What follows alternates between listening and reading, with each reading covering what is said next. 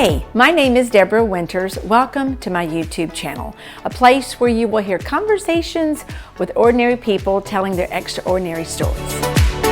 Hey guys, welcome to my YouTube channel, Their Stories. My guest today is B. Gallison, and we're just glad to have you, B. Welcome. Is B B-E-E? It is. So is that like your given name or is it a nickname? No, it's a nickname. My given name is Brittany. Oh, but I know a B, B-E-A. I don't know a B-E-E, but I like that. Okay, so B works for Heart for Winter Haven, a nonprofit in Winter Haven, and Brad Beatty started the nonprofit. 8 years ago. Our birthday is June 2nd. Oh, okay, 8 years ago. And I know Brad through the Winter Haven Chamber, but I'm also really good friends with his mom, Judy Laws. Yes. I love Judy. Me too. I love And Judy. so I actually met B. We were having, I was having a committee meeting at Haven Roasters in Winter Haven, having coffee. And I went out to take a call, and Brad was sitting there at the table with B and another gal from Heart for Winter Haven. And I walked over, and we were chit-chatting. I don't even know how it came up, but Brad said, B has a story. And I said, well, give me your card. And so that was a couple months ago. So we're finally getting together. Yes, Yay. exciting. So I'm glad to have you. So I only know a couple of things about you. So we're just going to start from the beginning and you talk about your childhood and growing up. Okay. And it's a great story. So welcome. So I have one sister. She's a younger sister, and we grew up with my mom and my stepdad. My dad was not in my life. Okay. I met him probably when I was around 4 years old, but was never constant. And my mom struggled from severe anxiety. So when we were younger, she struggled with agoraphobia, so she didn't leave the house. So agoraphobia means? It's homebound. They have, it's just like a fear of, I can't remember the exact clinical definition for it, but she didn't leave home. And then when she did leave home, she would travel only very short distances. We really didn't go far outside. We're from Dundee, the little Dundee. The little town of Dundee. Yes, I love Dundee. So we lived there and just kind of grew up. My grandmother and my grandfather lived next door to us, so they were very active grandparents, great, godly, loving people. Good stability there. Awesome. Yes, they were really awesome people. And so our childhood was just, it was different, challenging, dealing with some of the stuff that my mom had of no fault to her own, just, her health. And so probably around high school, I started identifying as homosexual. Wow. Okay. And not really understanding where that came from, because I was raised in a Christian family and church, and I knew by God's word it wasn't right, and it was not. What caused you to think that? What led you down that path? So that actually, later in my adult life, I would justify it all the time, but I always would pray. I'm like, God, if I'm not supposed to feel like this, why do I feel like this? Because this is forefront in our society today. We hear this so much. So here we are talking to a person that has walked that journey. And the struggle of not wanting to accept it, which meant it wasn't something I felt like I was choosing to do, but it was just so strong that I didn't know how to not do it. Wow. But never saying, like, I just never knew why. Did you talk to people about it? I did. I spoke to my church about it, and they really didn't know how to handle it. They weren't It equipped. wasn't something that was predominant in the church. I did try to invite people in. There was a lady I spoke with, and she had lived that journey and was, delivered from that. But even with her, I was like, well, you were delivered, but I'm not. So it was just really challenging. I mean, you're navigating being a teenager, going through all the changes of life with that, dealing with things in your home that just inconsistency. My mom had different marriages, and each one of them struggled with addiction and drug addiction. So that was just another layer on top of that. And I was I've had ADHD since I was little, so I was very rambunctious, and my mouth would get me in a lot of trouble. So I wasn't an easy kid. Oh my gosh! But I had my bearings because I got a job when I was 14. I walked right across the street to Winn-Dixie and got my first job. How do you do that? They hired at 14, and being from Dundee, you could walk to work. Yes, I lived right across the street from there, actually. Okay. So, being in a small town and that being the only grocery store, my family, my grandparents were from Dundee. We knew the store manager there. So, and he was very adamant. He always hired people from Dundee. It was really good about that. So, I worked my way through there from the time I was about 14 to I was around 21 when I left. Wow. So I stayed there, worked through that. By the time I was 18, I was assistant customer service manager. I just did a lot of working on myself there. So did you finish school? I did. You were in high school. I was in high school, and I graduated 2004. My birthday was September that year in 2003. That was my senior year. And I actually finished school that December because I had all my credits and walked in May of 2004. Wow. So I was 18 that next spring, probably around March or April. No, it was that following September. I got my first apartment, which was Georgetown in Winter Haven. I remember Georgetown. It's still there, yes. My first apartment, they were $525 a month. And it was so cheap. It was. Now those same apartments are $975 a month. But a special is like beat the heat. However hot it was outside was how much you paid to move in. Oh, okay. So, by then I was working 2 jobs. I was still living in a homosexual lifestyle. Really? So you just went all in? Yeah, I did. So it's not only did you struggle with it, you actually embraced it? Yes, I did. Okay.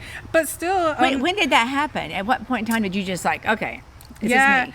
I was still 18, and I mean, I remember my mom, when she found out, she was very upset and hurt, and I was like, okay, I won't do it anymore. But I remember one day, she was sitting at a computer, and I sat at the floor, and I just started crying. I was like, I can't not do it. I've tried. So what age did you start struggling with your... About 14. So 14... Probably around 16 was when I told her. I was just like, I can't not. Okay. And I won't say they wasn't accepting of it. I just was respectful enough not to, when I was still in school and living in the house, I didn't bring it around the house. Got it. But when I was 18, I did start actually living with someone. Did you guys have the apartment together? Yeah, well, I had it first, and then they moved here. Okay. So we were living together, and then, I mean, my grandmother was just a loving woman, and she just loved me, so it was just like, I'm going to continue to pray that this changes. You get away from that. Right, but I love you. So probably when I was around 21 years old, I really just was like... It was a very toxic and abusive being in a same-sex relationship. I mean, having just 2 women. So she was abusive towards you? No, I think it was a mixture of both. Okay. Because I was not a... I got in trouble so much when I was little, and a lot of spanking so much that I got to where I fought a lot because I was like, it doesn't hurt. Okay. So when I was in school, I started fighting and getting in trouble. Okay. So for me, it was just not a good situation. So you were physical with your partner. I mean, hitting and that kind of stuff. Yes. Okay. So it was, but I identified, and I was like, this is just not going to work. And I really just took a little time and was like, what's wrong? Like, why is it like this? And being older by then, having some life experience, quite a bit of life experience, because I moved out at that time and was supporting myself in an apartment, and had actually moved to Fort Myers for about a year, and then came back. I started seeing that the reason I was identifying this way was because I didn't trust men. Oh, because so many men had been in and out of your home. And it was just my grandpa was the greatest man alive. He was the great example. But my dad abandoned me, and my mom, she had 2 additional marriages. Her last marriage wasn't ideal, but it was just I trusted women more, and I felt more comfortable and felt that they would be better. So it was really just Satan using something that a trauma per se, or a perspective that I had, and really clouding that to where it was almost like safety. Yeah. But I literally took that, and when I put that together, it was almost like I felt delivered then. And I was just when like, you were Lord, 21. I was 20, right at either the end of 20 or beginning of 21, because I had my first child right before I turned 22. Okay. So then I moved to Tampa. Maybe I like guys. Go ahead. I did. I moved to Tampa for a little while, and I think it was really just trying to solidify, like, I'm not going back to this. Is that why you left the area, you think? Well, kind of, yes, because when I moved to Tampa, I came back from Fort Myers and stayed at home for a little while. And then I moved. My sister started college. She's younger than me, at USF, and moved to Tampa. And I was like, well, I'll just go over there with her. I don't know anybody. It'll be good.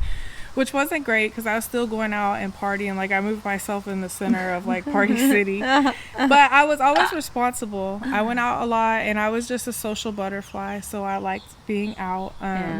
But it was then, like, I never dabbled. I really left that alone. It was like that chapter of my life is closed when I was able to It was that easy. It wasn't. I'm not going to say easy, because I prayed. There was times I would just sit in the shower and cry and pray. I'm like, Lord, fix it. Like, I'm broken. What's wrong? Because I know I couldn't do it. But you weren't living a Christian lifestyle. You were. I still love God. I still would go to church. I love God. I've never stopped loving God. I've never stopped seeking Him. He is so through faithful. He is. So go ahead. Sorry. No, it's fine. He is. He really is. And I tell people all the time, I'm like, you may think He doesn't hear you, but He hears you. Does. He definitely does. But in a relationship with Him, the Father, He doesn't move.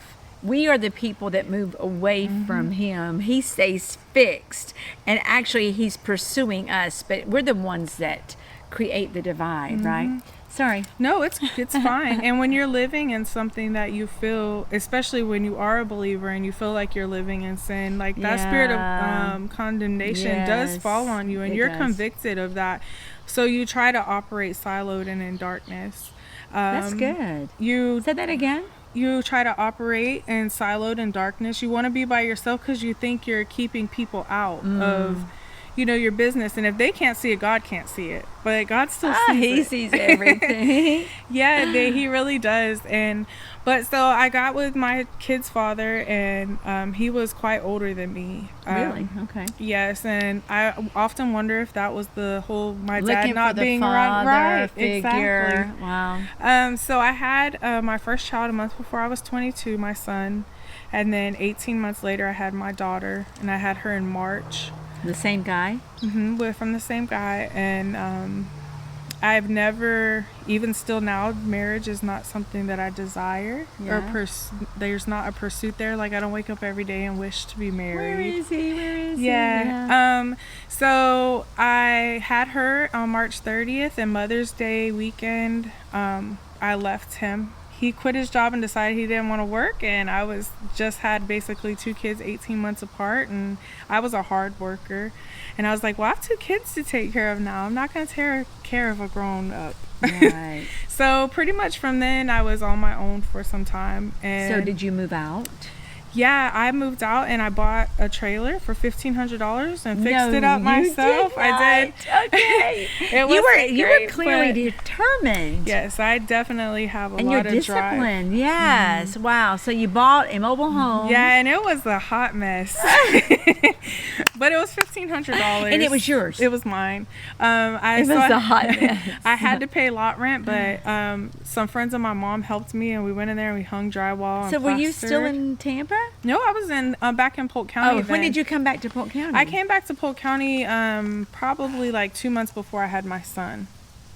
Okay, so you and the guy came back together. Okay. So you had a good support system.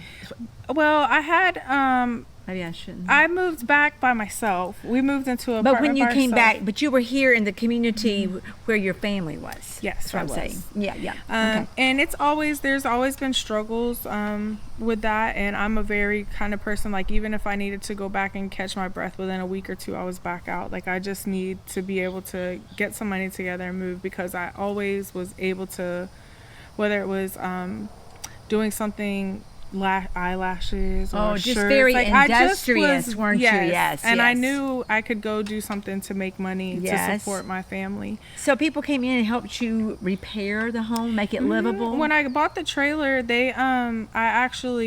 my mom had two friends that came down, and her husband helped me to put up some drywall, and we plastered it, and we made it livable. It was cozy. It was and nice. you had two little ones. Oh my gosh. Yes. So I was a CNA, and I worked overnights most of the time. And who kept the babies? So usually, if my mom would keep one, my grandma might keep the other. My daughter actually was born with 2 holes in her heart and a leaking left ventricle. No way. And then as her milestones should have hit, well, first we used to take her to the doctors a lot, her cardiology appointments and stuff. And when she turned 2, they were going to do open heart surgery to correct the leaking valve. Did you have insurance? I had government assistance.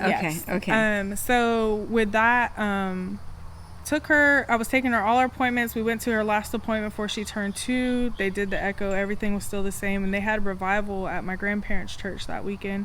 And they are free holiness. It's kind of like apostolic. They kind of strict. They don't. Dundee? No, this was in Lake Wells. They don't wear shorts. They don't cut their hair. Gotcha. But I mean, they pray the heavens down. Holiness yes, but it's like a little that? more strict. More strict. Wow. Okay. But just beautiful, kind, loving people, and they knew how to pray down the heavens. And I was like, I'm gonna take my baby there. I'm gonna take her every single day and get her prayed for. And we went to her pre-op appointment, which was only 2 weeks after the last appointment, when they did her echo, and everything was gone. They couldn't find any defects. She was in her heart. totally She was totally healed.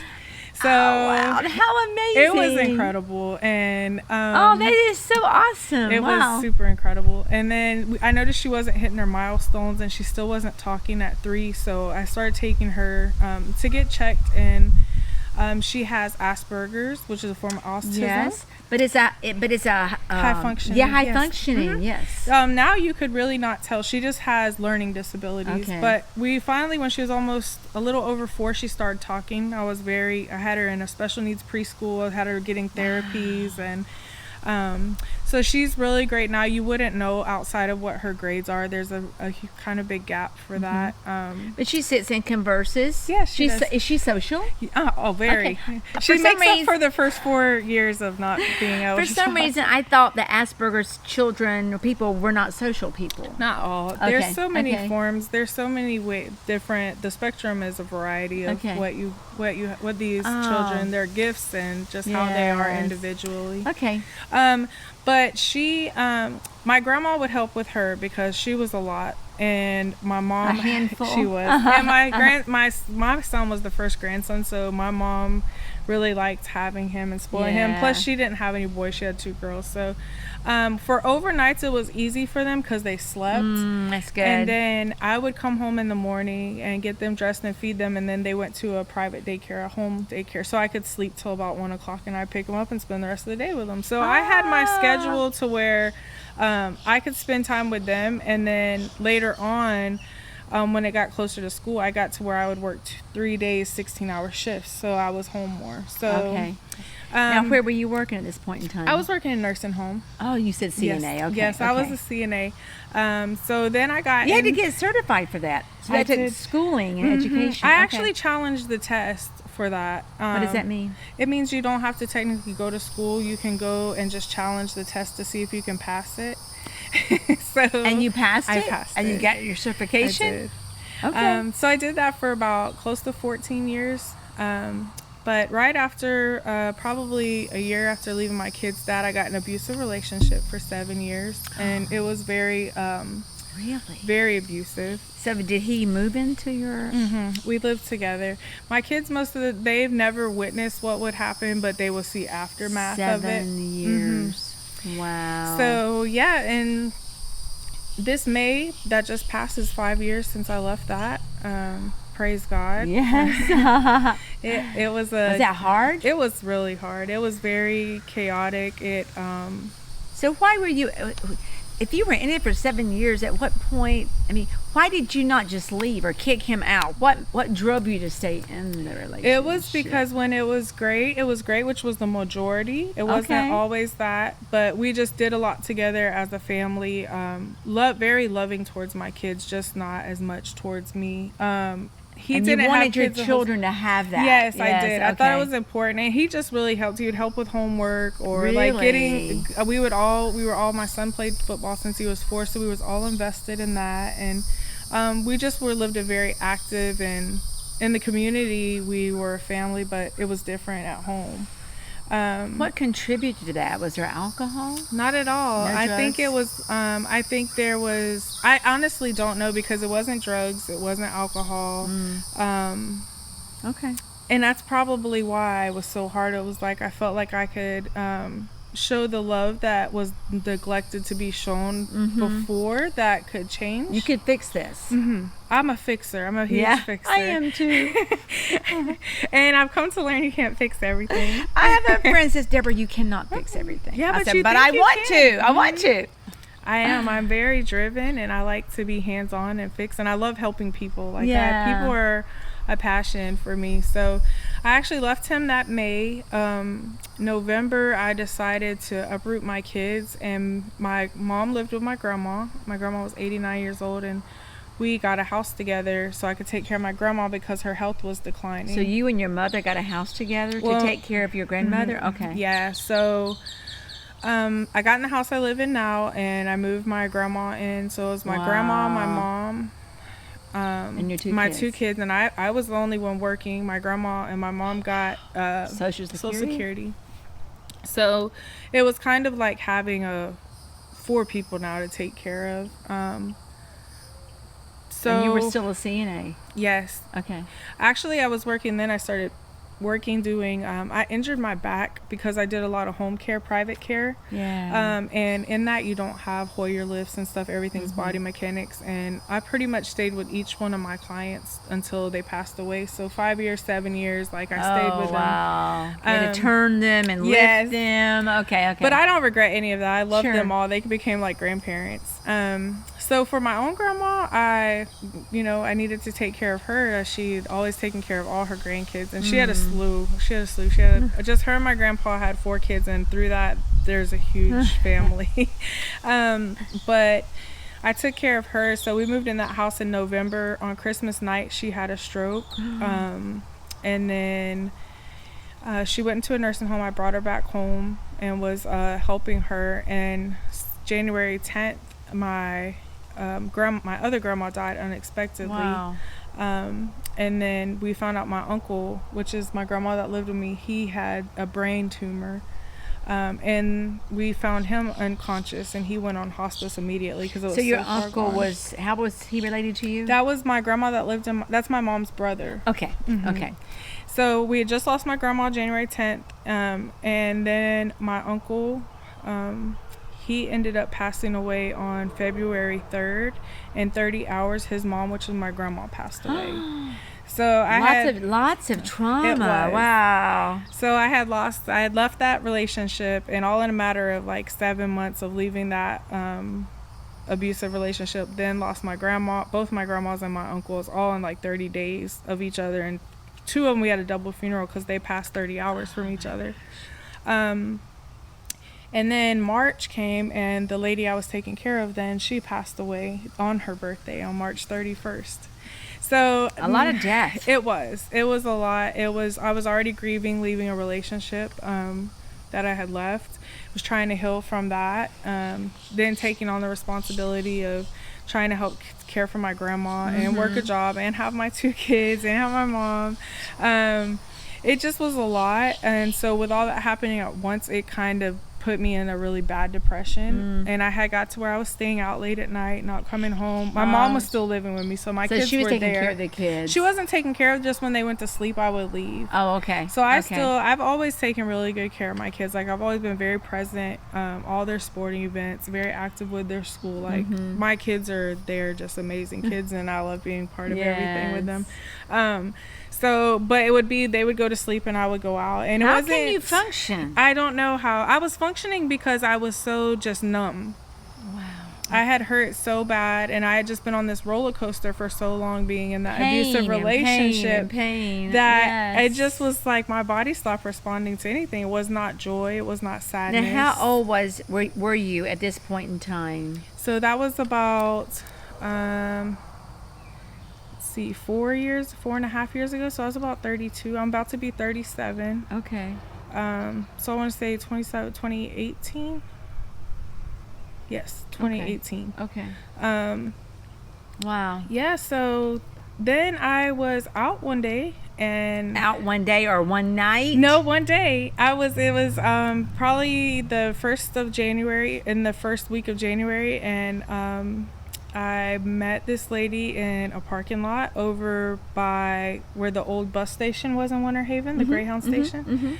I go to a little Herbalife shop over there, and it's like a protein shake shop. Yeah. And she was like, hey, you need your taxes done. I was like, no, I do taxes myself, actually. And she's like, well, do you need a job? Because I need a part-time person. And I was working, but I was like, I can always use an additional income. And it was actually Joanne, and if you've been to any of our banquets, you've probably heard her speak before.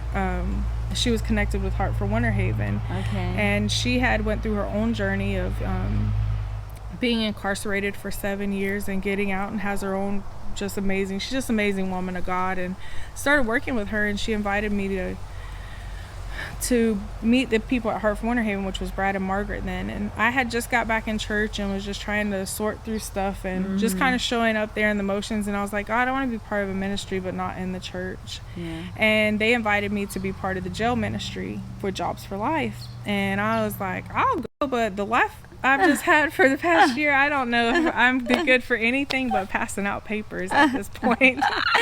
Oh my gosh. So, she introduced me to Brad and Margaret, and I went to core training for Jobs for Life, and Jobs for Life is a faith-based job readiness program. Did not know that. Yeah. So where are they?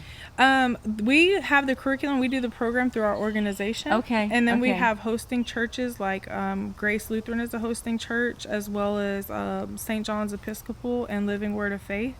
Okay. And this fall we'll start running them in our office again. Okay. But it teaches us like why we were created, the skills that God's given us to do meaningful work, and what does that mean, how we are to show up for work, just really soft skills, but teaching us why we're created. So who comes to these meetings or appointments or? So in the jail we have it, and this is you take this program to the jail. Okay. We do. We take the program to the jail, and the students we have there have to be released within 90 days after they graduate, and it's an 8-week program. So the first class I just went in and I just sat in there, like I was like, if you need me to pass out papers, I'll pass out papers. And God just really began working with me in there, and I started looking at my own career, and I was like, why do I do nursing? I do nursing because I love people. I'm good at it. And I was like, I have a heart for people. Clearly you take care of people. Excuse me.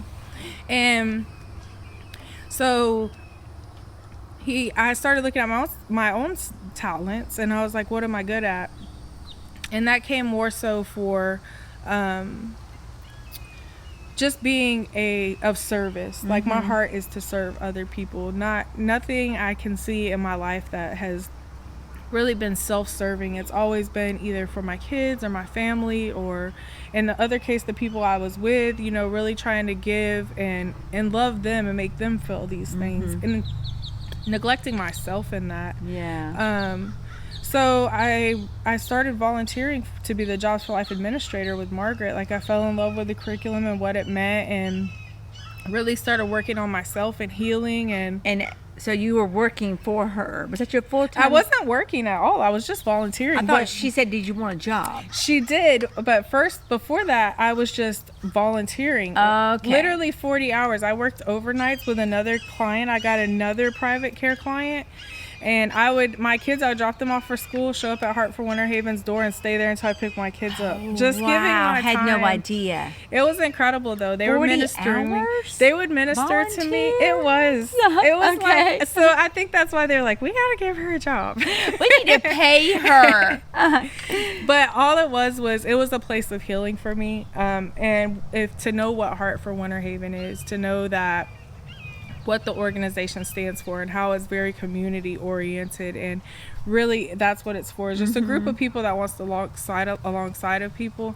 And they were that for me, only being 2 people. It was literally Brad and Margaret, but just both were just loving, and they really poured into me, and they helped me see things that I had lost in seeing myself, and being able to be transparent. And they offered me a job working with them to be a program coordinator. Okay. So they went into partnership with the city of Winter Haven to develop a program for homeless students in Winter Haven schools. And I sat in a meeting with them, and they were going to talk about the program coordinator. And Brad was like, well, I've been praying, and I think it will be you. And I was like, I know how to give adult baths. I don't know how to coordinate a program. I know how to give adult baths. I do not know how to coordinate a program. Okay, we're going to stop here because there's more to this story. Oh, I love it. Thank you, guys. Now you have to come back next week to hear part 2 of B's story. Thank you. Thank you.